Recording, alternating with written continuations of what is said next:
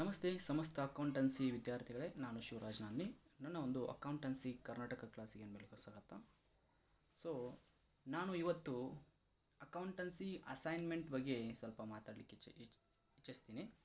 ಏನಪ್ಪ ಅಂದರೆ, ಇಲ್ಲಿ ಕೆಲವೊಂದಿಷ್ಟು ಕ್ವಶನ್ಗಳನ್ನ ಸೆಕೆಂಡ್ PUC ಬೋರ್ಡ್ ಎಕ್ಸಾಮ್ದವರು, ಅಂದರೆ ಬೋರ್ಡಿಂದ ಏನು ಬಂದಿರೋಂಥ ಕ್ವಶನ್ ಏನಿದೆಯಲ್ಲ, ಇವರು ಏನು ಮಾಡಿದಾರಪ್ಪ ಅಂದರೆ ಕೆಲವೊಂದಿಷ್ಟು ಕ್ವಶನ್ಗಳನ್ನ ಕೊಟ್ಟಿದ್ದಾರೆ.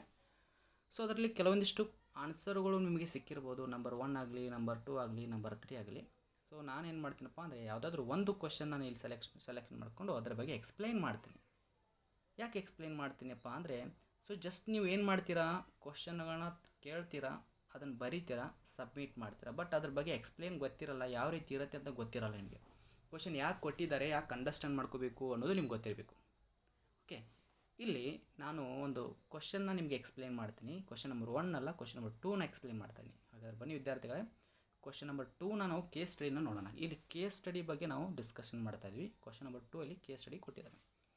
ಇಲ್ಲಿ ಕೆಲವೊಂದಿಷ್ಟು ಕೇಸ್ಗಳನ್ನ ಕೊಟ್ಟಿದ್ದಾರೆ. ಆ ಕೇಸ್ನ ಯೂಸ್ ಮಾಡಿಕೊಂಡು ನಾನು ಈ ಒಂದು ಪ್ರಾಬ್ಲಮ್ನ ಸಾಲ್ವ್ ಮಾಡ್ತೀನಿ. ಹಾಗೆ ಕೆಳಗಡೆ ಕ್ವಶನ್ಗಳನ್ನ ಕೇಳಿದ್ದಾರೆ. Question number 1, question number 2 and question number 3 ಮತ್ತು ಕ್ವಶನ್ ನಂಬರ್ 4. ಇದಕ್ಕೆ ಆನ್ಸರ್ ಮಾಡಿ ಟ್ರೈ ಮಾಡ್ತೀನಿ. ಹಾಗಾದರೆ ಬನ್ನಿ ವಿದ್ಯಾರ್ಥಿಗಳೇ, ಸೊ ಕ್ವಶನ್ನ ಓದ್ಕೊಳ್ಳೋಣ. ಕ್ವಶನ್ನ ಒಂದ್ಸರಿ ಓದ್ಬಿಟ್ಟು ಅದ್ರ ಬಗ್ಗೆ ಅಂಡರ್ಸ್ಟ್ಯಾಂಡ್ ಮಾಡಿಸ್ತೀನಿ. So read the following hypothetical text and answer the given questions ಅಂತ ಕೊಟ್ಟಿದ್ದಾರೆ.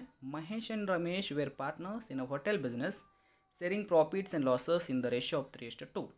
ಸೊ ಇಲ್ಲಿ ಸಿಂಪಲ್ಲಾಗಿ ಏನಪ್ಪ ಅಂದರೆ, ಮಹೇಶ್ ಮತ್ತು ರಮೇಶ್ ಅಂತ ಇಬ್ಬರು ಜನ ಪಾರ್ಟ್ನರ್ಸ್ ಇದ್ದಾರೆ. Okay, were partners in a hotel business, sharing profits and losses in the ratio of 3:2. ಇವರ ರೇಷಿಯೋ ಇದೆ 3:2, ಹಳೆಯ ರೇಷಿಯೋ ಅಂತ, ಓಲ್ಡ್ ರೇಷಿಯೋ ಅಂತ ಕರಿತೀವಿ ನಾವು. ನೆಕ್ಸ್ಟ್ ಏನಾಗಿದೆ, they sold food items across the counter and did home delivery too. ಅವ್ರು ಏನು ಮಾಡ್ತಾರಪ್ಪ ಅಂದರೆ, ಸೋಲ್ಡ್ ದಿ ಫುಡ್ ಐಟಮ್ಸ್ಗಳನ್ನ, ಕೆಲವೊಂದಿಷ್ಟು ಆಹಾರಗಳನ್ನು ಸೋಲ್ಡ್ ಮಾಡ್ತಾರೆ. Across the counter and did home delivery ಕೂಡ ಮಾಡ್ತಾರೆ. ಯಾರು ಇವರು, ಮಹೇಶ್ ಮತ್ತು ರಮೇಶ್ ಅನ್ನೋರು ಕೆಲವೊಂದಿಷ್ಟು ಫುಡ್ ಐಟಮ್ಸ್ಗಳನ್ನ ಸೋಲ್ಡ್ ಮಾಡ್ತಾರೆ. Their initial fixed capital contribution, ಅವರು ಎಷ್ಟು ಫಿಕ್ಸ್ಡ್ ಕ್ಯಾಪಿಟಲ್ನ ಇನ್ವೆಸ್ಟ್ ಮಾಡಿದ್ದಾರೆ ಅಂದರೆ, ಫಾರ್ ಎಕ್ಸಾಂಪಲ್ 1 ನಿಮಿಷ ನಿಮಗೆ ನೋಡಿ, ಅವರು 1,00,000 ಮತ್ತು 75,000, 1,75,000 ರೆಸ್ಪೆಕ್ಟಿವ್ಲಿ ಇಬ್ಬರು ಜನ ಏನು ಮಾಡಿದಾರಪ್ಪ ಅಂದರೆ ಕಾಂಟ್ರಿಬ್ಯೂಷನ್ ಮಾಡಿದ್ದಾರೆ. ಇಬ್ಬರು ಜನ ಪಾರ್ಟ್ನರ್ಸ್ ಇದ್ದಾರೆ. ಒಬ್ಬರು ಮಹೇಶ್ ಅಂತ, ಇನ್ನೊಬ್ರು ಇದ್ದಾರೆ ರಮೇಶ್ ಅಂತ, R ಮತ್ತು M. ಇವನು ಎಷ್ಟು ಮಾಡಿದಾನಪ್ಪ ಅಂದರೆ, ಇವನು 1,00,000 ಇನ್ವೆಸ್ಟ್ ಮಾಡಿದ್ದಾನೆ. ಓಕೆ, ಇವನು 1,00,000 ಇನ್ವೆಸ್ಟ್ ಮಾಡಿದರೆ, ಇವ್ರು ಎಷ್ಟು ಮಾಡ್ತಿದ್ದಾರಪ್ಪ ಅಂದರೆ 75,000 ಇನ್ವೆಸ್ಟ್ ಮಾಡ್ತಾಯಿದ್ದಾರೆ. ಸೊ ಇಬ್ಬರು ಜನ ಇಷ್ಟು ಅಮೌಂಟ್ ಇನ್ವೆಸ್ಟ್ ಮಾಡಿ ಒಂದು ಬಿಸ್ನೆಸ್ನ ಸ್ಟಾರ್ಟ್ ಮಾಡಿದ್ದಾರೆ, ಅಥವಾ ಆ ಬಿಸ್ನೆಸ್ನ ರನ್ ಮಾಡ್ತಾ ಇದ್ದಾರೆ. ಓಕೆ, ನೆಕ್ಸ್ಟ್ ಹೋಗೋಣ. ಹಾಗಾದರೆ ನೆಕ್ಸ್ಟ್ ಏನಿದೆ, at the end of the first year, ಅಂದರೆ ಫಸ್ಟ್ ಇಯರ್ ಎಂಡ್ ಆಯಿತು, ಅವ್ರು ಬಿಸ್ನೆಸ್ ಮಾಡಿದರು, ಫಸ್ಟ್ ಇಯರ್ ಎಂಡ್ ಆಯಿತು.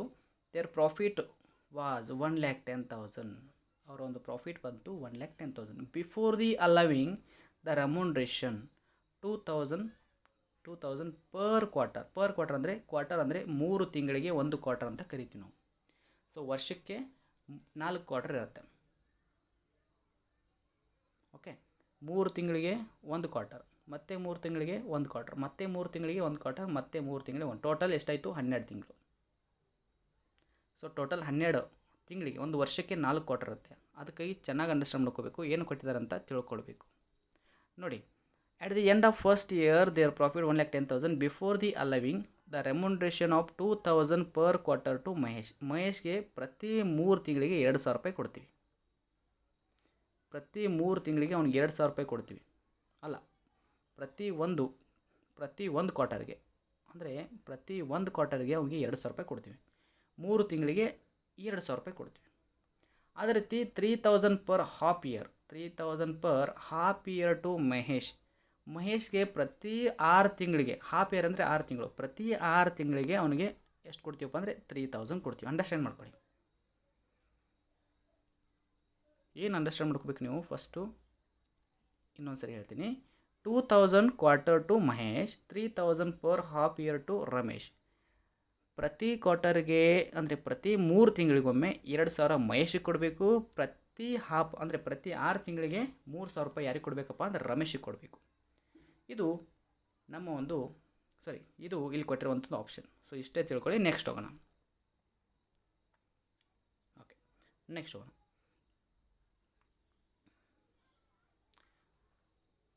3,000 for half year to Ramesh. Such a huge profit in the very first year. ಏನು ಕೊಟ್ಟಿದ್ದಾರೆ ನೋಡಿ, ಇನ್ನೊಂದ್ಸರಿ ಹೇಳ್ತಾ ಇದ್ದೀನಿ, ಅಂಡರ್ಸ್ಟ್ಯಾಂಡ್ ಮಾಡ್ಕೊಳ್ಳಿ. ನೋಡಿ, such a huge profit in the very first year and along with the increasing in the demand for the home delivery. So ಚೆನ್ನಾಗಿ business ನಡೀತಾ ಅವ್ರದ್ದು, ಅಮೌಂಟ್ ಕೂಡ ಪ್ರಾಫಿಟ್ ಕೂಡ ಜಾಸ್ತಿ ಬಂತು ಫಸ್ಟ್ ಇಯರ್ಗೆ. ಅದೇ ರೀತಿ ಅವರ ಒಂದು ಡಿಮ್ಯಾಂಡ್ ಕೂಡ ಹೆಚ್ಚಾಗ್ತಾಯಿದೆ. ಅವರಿಗೆ ಹೋಮ್ ಡೆಲಿವರಿ ಡಿಮ್ಯಾಂಡ್ ಹೆಚ್ಚಾಗ್ತಾಯಿದೆ, ಡೆಲಿವರಿಗೆ ಜಾಸ್ತಿ ಆಗ್ತಾಯಿದೆ. ಅದಕ್ಕಾಗಿ ಬಿಸ್ನೆಸ್ನ ಎನ್ಕರೇಜ್ ಮಾಡೋಕ್ಕೋಸ್ಕರ ಎಕ್ಸ್ಪ್ಯಾಂಡ್ ಬಿಸ್ನೆಸ್ನ ಎಕ್ಸ್ಪ್ಯಾಂಡ್ ಮಾಡ್ತಿದ್ದಾರೆ. ಬಿಸ್ನೆಸ್ ಇನ್ನೂ ದೊಡ್ಡ ಪ್ರಮಾಣದಲ್ಲಿ ಅವ್ರು ಮೊದಲೇ ಇಬ್ಬರಿದ್ದರು, ಇವಾಗ ಬಿಸ್ನೆಸ್ನ ಎಕ್ಸ್ಪ್ಯಾಂಡ್ ಮಾಡಬೇಕು, ದೊಡ್ಡ ಪ್ರಮಾಣದಲ್ಲಿ ಬೆಳೆಸಬೇಕು ಅನ್ನೋದು ಕಾರಣಕ್ಕಾಗಿ ದೇ ನೀಡೆಡ್ ಅಡಿಷ್ನಲ್ ಕ್ಯಾಪಿಟಲ್. ಅವರಿಗೆ ಇನ್ನೂ ಜಾಸ್ತಿ ಪ್ರಮಾಣದ ಕ್ಯಾಪಿಟಲ್ ಬೇಕಾಗಿತ್ತು. ಹಾಗಾದರೆ ಕ್ಯಾಪಿಟಲ್ ಬೇಕಾದರೆ ಏನು ಮಾಡ್ತಾರೆ, ಇನ್ನೊಬ್ಬ ಪಾರ್ಟ್ನರ್ನ ಅಡ್ಮಿಟ್ ಮಾಡ್ಕೊಳ್ಬೇಕು. ಸೊ ಇವರು 1 ಲಕ್ಷ ಹಾಕಿದ್ರು, ಇವನು 75,000 ಹಾಕಿದ್ರು. ಇನ್ನೂ ಜಾಸ್ತಿ ಕ್ಯಾಪಿಟಲ್ ಬೇಕಾದರೆ ಇನ್ನೂ ಒಬ್ಬ ವ್ಯಕ್ತಿನ ಇಲ್ಲಿ ಆ್ಯಡ್ ಮಾಡ್ಕೋಬೇಕಾಗತ್ತೆ. ಸೊ ಅವ್ರಿಗೆ ಯಾಕೆ ಮಾಡ್ಕೋಬೇಕು, ಯಾವ ರೀಸನ್ಕಾಗಿ ಅವ್ರು ಆ್ಯಡ್ ಮಾಡ್ಕೋಬೇಕಾಗಿತ್ತು, ಅವರು ಕ್ಯಾಪಿಟಲ್ನ ಇನ್ಕ್ರೀಸ್ ಮಾಡ್ಕೋಬೇಕು ಮತ್ತು ಅವರಿಗೆ ಡೆಲಿವರಿ ವ್ಯಾನ್ಗಳು ಬೇಕಾಗಿತ್ತು, ಫ್ಯೂ ಸ್ಕೂಟೀಸ್ ಬೇಕಾಗಿತ್ತು, ಅಡಿಷ್ನಲ್ ಪರ್ಸನ್ ಒಬ್ಬರು ಬೇಕಾಗಿದ್ದರು ರೆಕ್ವೈರ್ಡ್ ಟು ಸಪೋರ್ಟ್, ಅವ್ರ ಸಪೋರ್ಟ್ಗೆ. ಸೊ ಅದಕ್ಕಾಗಿ ಏನು ಮಾಡ್ತಾರಪ್ಪ ಅಂದರೆ ಮುಂದೆ ನೋಡೋಣ.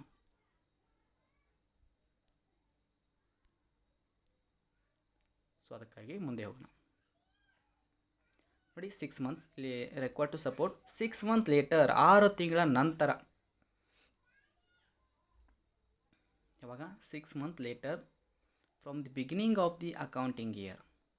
ನೋಡಿ, 6 months later from the beginning of the accounting year they decided to admit Usha.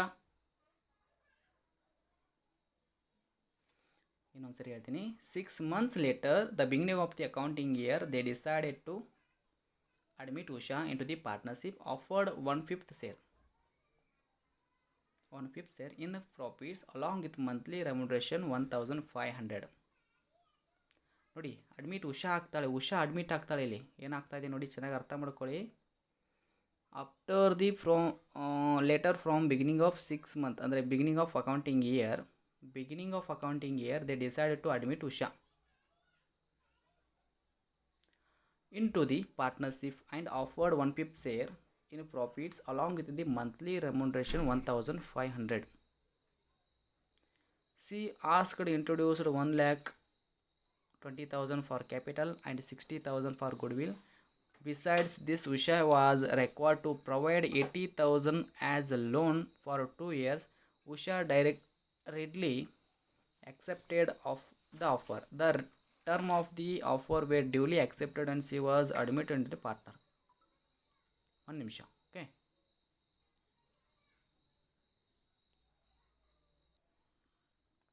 Okay, ನೋಡಿ, ಇನ್ನೊಂದ್ಸರಿ ಹೇಳ್ತೀನಿ, ಚೆನ್ನಾಗಿ ಅಂಡರ್ಸ್ಟ್ಯಾಂಡ್ ಮಾಡ್ಕೊಳ್ಳಿ. ಇಲ್ಲಿ ಚೆನ್ನಾಗಿ ಅಂಡರ್ಸ್ಟ್ಯಾಂಡ್ ಮಾಡ್ಕೋಬೇಕು. ಅವ್ರು ಸ್ಟಾರ್ಟ್ ಮಾಡಿದ್ದು 1/4ಗೆ ಅಂದರೆ ಬಿಗಿನಿಂಗ್ ಅಪ್ ಸ್ಟಾರ್ಟ್ ಮಾಡಿದರು.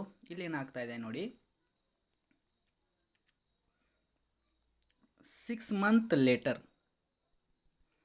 ಅವ್ರು ಬಿಸ್ನೆಸ್ ಸ್ಟಾರ್ಟ್ ಮಾಡಿ 6 months ಲೇಟರ್ಗೆ ಏನಾಗುತ್ತೆ, 6 months later from the beginning of accounting year ಅಂದರೆ ಬಿಗಿನಿಂಗ್ ಆಫ್ ಅಕೌಂಟಿಂಗ್ ಇಯರಿಂದ 6 months ಲೇಟರ್ ಆದ ತಕ್ಷಣ ಏನಾಗುತ್ತೆ, ದೇ ಡಿಸೈಡೆಡ್ ಟು ಅಡ್ಮಿಟ್ ಉಷಾನ ಅಡ್ಮಿಟ್ ಮಾಡ್ಕೋತಾರೆ. ಬಿಸ್ನೆಸ್ ಎಕ್ಸ್ಪ್ಯಾಂಡ್ ಮಾಡೋದಕ್ಕೋಸ್ಕರ ಉಷಾನ ಅಡ್ಮಿಟ್ ಮಾಡ್ಕೋತಾರೆ. ಅವ್ರಿಗೆ ಆಫರ್ಡ್ ಮಾಡ್ತಾರೆ 1/5 share. ಇದು ಅಡ್ಮಿಷನ್ ಪಾರ್ಟ್ನರ್ಶಿಪ್ ಬಂತು, ಪ್ರಾಫಿಟ್ ಆ್ಯಂಡ್ ಲಾಸ್ ಅಪ್ರೋಪ್ರಿಯೇಷನ್ ಕೂಡ ಬಂತು, ಎರಡೂ ಬಂದಿದೆ. ಪ್ರಾಫಿಟ್ ಆ್ಯಂಡ್ ಲಾಸ್ ಅಪ್ರೋಪ್ರಿಯೇಷನ್ ಬಂತು, ಅದೇ ರೀತಿ ಅಡ್ಮಿಷನ್ ಪಾರ್ಟ್ನರ್ಶಿಪ್ ಬಂದಿದೆ. Okay, along with the monthly remuneration 1,500. ಅವಳಿಗೆ 1,500 ರೂಪಾಯಿ ಮಂತ್ಲಿ ರೆಮ್ಯುನರೇಷನ್, ಅದು ಸ್ಯಾಲ್ರಿ ಆಗಲಿ ಅಥವಾ ಕಮಿಷನ್ ಆಗಲಿ. ನಾವು ಪಾರ್ಟ್ನರ್ಸ್ ಕ್ಯಾಪಿಟಲ್ ಅಕೌಂಟಲ್ಲಿ ಪ್ರಾಫಿಟ್ ಆ್ಯಂಡ್ ಲಾಸ್ ಅಪ್ರೋಪ್ರಿಯೇಷನಲ್ಲಿ ಡೆಬಿಟ್ ಸೈಡಲ್ಲಿ ಬರಿತೀವಿ 2 partners interest on partners capital account, ಅದೇ ರೀತಿ ಪಾರ್ಟ್ನರ್ಸ್ ಸ್ಯಾಲ್ರಿ, ಪಾರ್ಟ್ನರ್ಸ್ ಕಮಿಷನ್ ಅಂತ ಬರಿತೀವಿ. ಹಾಗೆ ಇಲ್ಲೂ ಕೂಡ ಅವಳಿಗೆ ಏನು ಮಾಡಬೇಕು, ಮಂತ್ಲಿ ಸ್ಯಾಲ್ರಿ ಕೊಡಬೇಕಂತ ಒಪ್ಕೊಂಡಿದ್ದಾರೆ. ಎಷ್ಟು ಕೊಡ್ತಿರ್ತಾರೆ, ಸ್ಯಾಲ್ರಿ ಆಗಲಿ ಕಮಿಷನ್ ಆಗಲಿ 1,500 ಒಟ್ಟು ರೆಮ್ಯುನರೇಷನ್ ಕೊಡ್ತಿದ್ದಾರೆ. She was asked to introduced 1,20,000. ನಾನು 1,20,000 ಹಾಕ್ತೀನಿ ನಿಮ್ಮ ಬಿಸ್ನೆಸ್ಸಲ್ಲಿ ಅಂತ ಅವಳು ಕೇಳ್ತಾಳೆ. ಅವರಿಗೆ. And good will of the 60,000, 1,20,000 ಹೊಸ ಕ್ಯಾಪಿಟಲ್ನ ಹಾಕ್ತಾಳೆ. ಅದೇ ರೀತಿ ಗುಡ್ ವಿಲ್ನ ಕೂಡ ಕೊಡ್ತಾಳೆ 60,000 ರುಪೀಸ್. ಓಕೆ, ಇದು ಕೂಡ ನಿಮಗೆ ಗೊತ್ತಿರಲಿ. ಇನ್ನು ನೆಕ್ಸ್ಟ್ ಹೋಗೋಣ.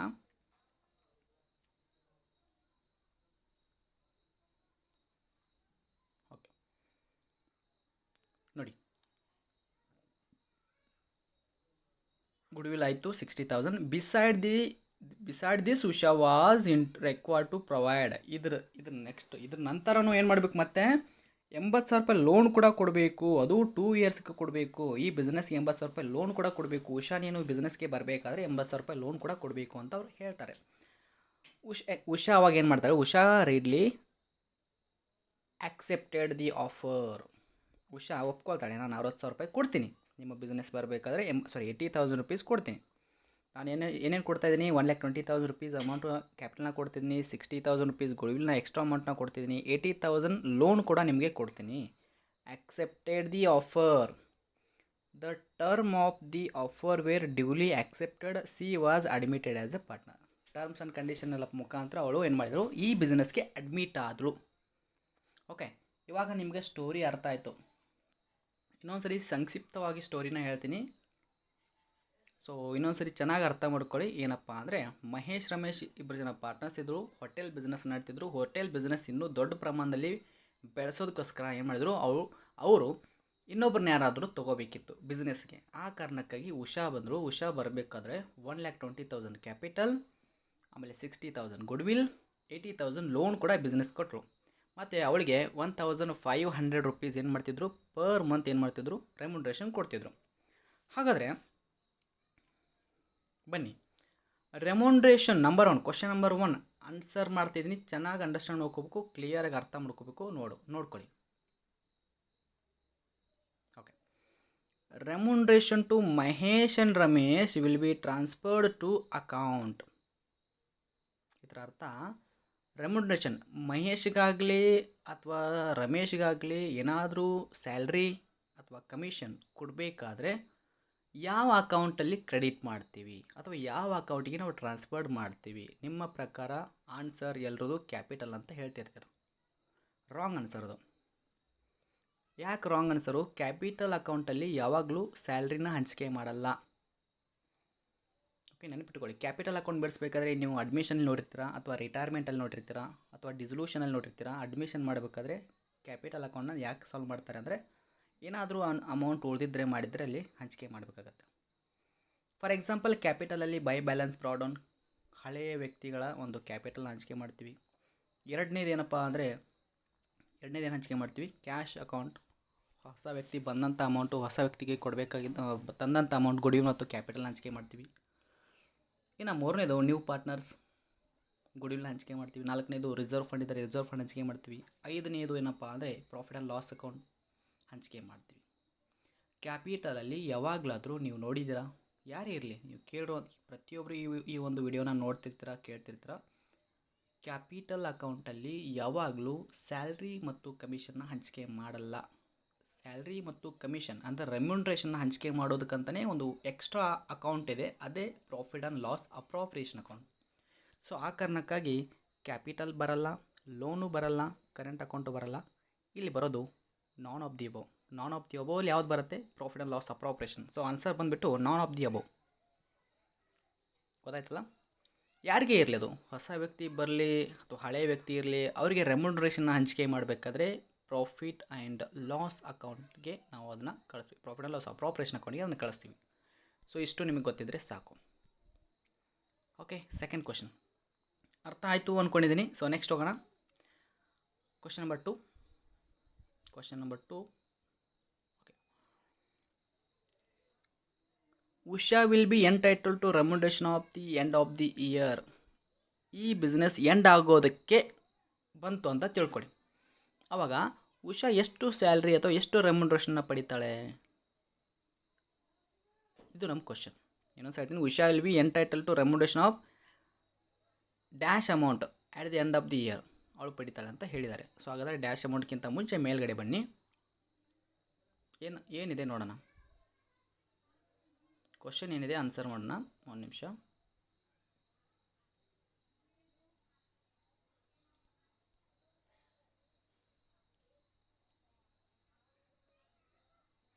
ನೋಡಿ ಏನು ಕೊಟ್ಟಿದ್ದಾರೆ. 6 month later from the beginning of the accounting year. Start ಆಗಿ 6 ಮಂತ್ ನಂತರ, ಬಿಸ್ನೆಸ್ ಸ್ಟಾರ್ಟ್ ಆಗಿ 6 ಮಂತ್ ನಂತರ ಅಂದರೆ 6 ಮಂತ್ ನಂತರ ಏನಾಗುತ್ತೆಪ್ಪ ಅಂದರೆ ಉಷಾ ಅಡ್ಮಿಟ್ ಆಗ್ತಾಳೆ. ಹಾಗಾದರೆ 6 ಮಂತ್ ಹೋಯಿತು, 6 ಮಂತ್ ಬಿಟ್ಬಿಡಿ, 12 ಮಂತಲ್ಲಿ 6 ಮಂತ್ ಹೋದರೆ ಉಳಿತೆಷ್ಟು, 6 ಮಂತ್ ಬಂತು. ಓಕೆ, ಟೋಟಲು 6 ಮಂತು ಅವಳು ಇದ್ದಾಳೆ. ಇನ್ನು ಮುಂದೆ 6 ಮಂತು ಅಂದರೆ 6 ಮಂತು ಅವಳು ಮುಂದೆ ಬಿಸ್ನೆಸ್ನ ಕಂಟಿನ್ಯೂ ಮಾಡಿದಾಳೆ. ಹಾಗಾದರೆ ಅವಳಿಗೆ ಪ್ರತಿ ತಿಂಗಳು ಎಷ್ಟು ಕೊಡ್ತಾರೆ? Along with the monthly remuneration of 1500, ಅವಳಿಗೆ 1500 ರೂಪಾಯಿ ಏನು ಮಾಡ್ತಾರಪ್ಪ ಅಂದರೆ ಮಂತ್ಲಿ ರೆಮ್ಯುನರೇಷನ್ ಕೊಡ್ತಾರೆ. ಹಾಗಾದರೆ 6 ಮಂತಿಗೆ ಎಷ್ಟಾಗುತ್ತೆ? 1000 ತೊಗೊಂಡ್ರೆ 6000, ಇನ್ನು 500 ಇಂಟು 6 ಮಾಡಿದರೆ ಎಷ್ಟು ಬರುತ್ತೆ? 3000. ಟೋಟಲ್ 9000 ಬರುತ್ತೆ.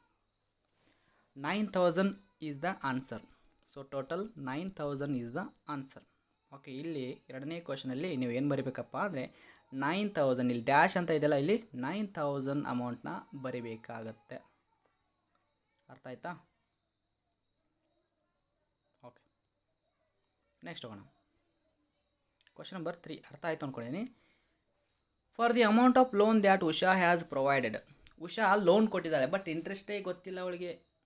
ಉಷಾ ಲೋನ್ ಕೊಟ್ಟಿದ್ದಾಳೆ ಯಾರಿಗೆ? ಈ ಬಿಸ್ನೆಸ್ಗೆ. ಬೇಕಾದ್ರೆ ನೋಡಿ ಎಲ್ಲಪ್ಪ ಅಂದರೆ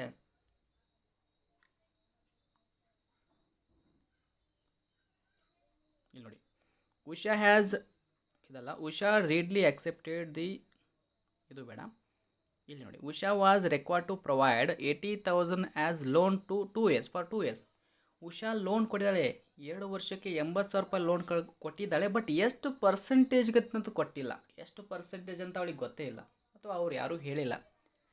ಅವ್ರು ಕೊಡಲಿಲ್ಲ ಅಂದ್ರೂ, ಅವ್ರು ಹೇಳಲಿಲ್ಲ ಅಂದ್ರೂ, ಯಾರು ಕೊಡಲಿಲ್ಲ ಅಂದ್ರೂ ಪಾರ್ಟ್ನರ್ಶಿಪ್ ಡೀಡ್ ಪ್ರಕಾರ, ನಿಮ್ಗೆ ಗೊತ್ತು ಪಾರ್ಟ್ನರ್ಶಿಪ್ ಡೀಡ್ ಅಂದರೆ partnership, absence of partnership deed ಅಂತ 5 ಆಪ್ಷನ್ಸ್ ಬರುತ್ತೆ.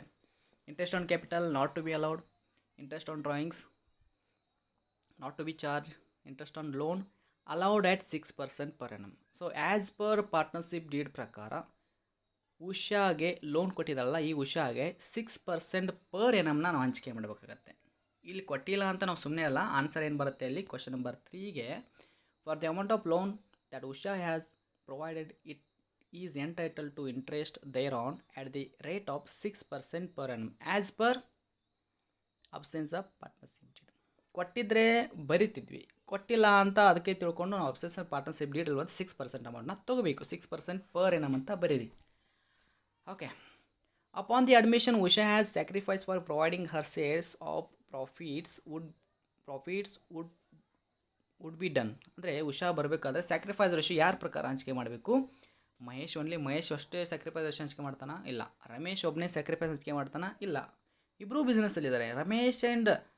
ಮಹೇಶ್ ಆ್ಯಂಡ್ ರಮೇಶ್ ಈಕ್ವಲಿ ಹಂಚಿಕೆ ಮಾಡಬಾರ್ದು.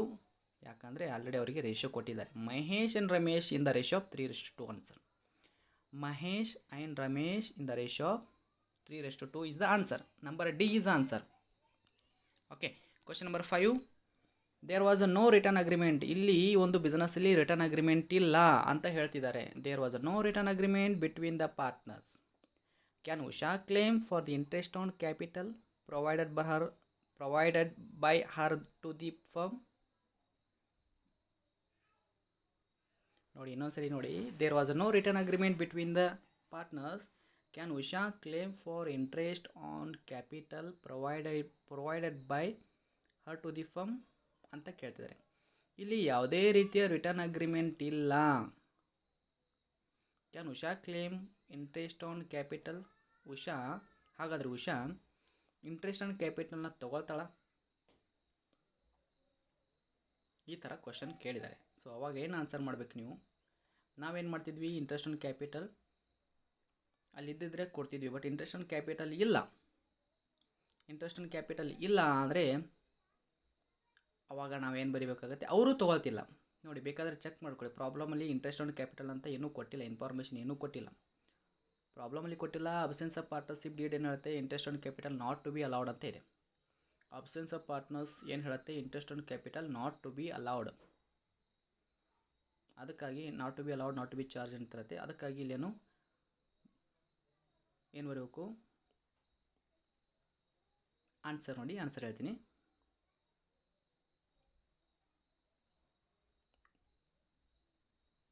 The Usha not claim for interest on capital. The Usha not claim for interest on not. The Usha not claim for interest on capital because there was no interest rate. Because there was no interest rate. Interest rate ಕೊಟ್ಟಿದ್ದರೆ ಅವ್ರಿಗೆ interest on ಕ್ಯಾಪಿಟಲ್ನ ಕೊಡ್ತಿದ್ವಿ. But interest rate ಕೊಟ್ಟಿಲ್ಲ, ಅದಕ್ಕಾಗಿ interest on capital ಕೊಡಲ್ಲ. Because absence of partnership deed ಏನು ಹೇಳುತ್ತೆ? Interest on capital is not to be allowed, ಕೊಡಬಾರ್ದು ಅಂತ ಹೇಳಿದೆ. ಅದಕ್ಕಾಗಿ ಇಲ್ಲಿ ಕೊಡಲ್ಲ. ಸೊ ಆನ್ಸರ್ ಇಷ್ಟೇ. ಈ 5 ಕ್ವಶನ್ಗಳನ್ನ ಆನ್ಸರ್ ಮಾಡಿದ್ದೀನಿ. ಓಕೆ, ಏನಾದರೂ ಡೌಟ್ಸ್ ಇದ್ದರೆ ಕಾಲ್ ಮಾಡಿ ನನ್ನ ನಂಬರ್ಗೆ 7411991001. ಮತ್ತು ಈ ಒಂದು ವಿಡಿಯೋನ ಎಲ್ರಿಗೂ ಶೇರ್ ಮಾಡಿ, ಲೈಕ್ ಮಾಡಿ. ಎಷ್ಟೊಂದೆಲ್ಲ ಕಷ್ಟಪಟ್ಟು ನಿಮಗೆ ಹೇಳಿದ್ದೀನಿ ಆನ್ಸರ್ನ, ನೀವು ಕೂಡ ಅಂಡರ್ಸ್ಟ್ಯಾಂಡ್ ಮಾಡ್ಕೊಂಡಿರ್ತೀರ.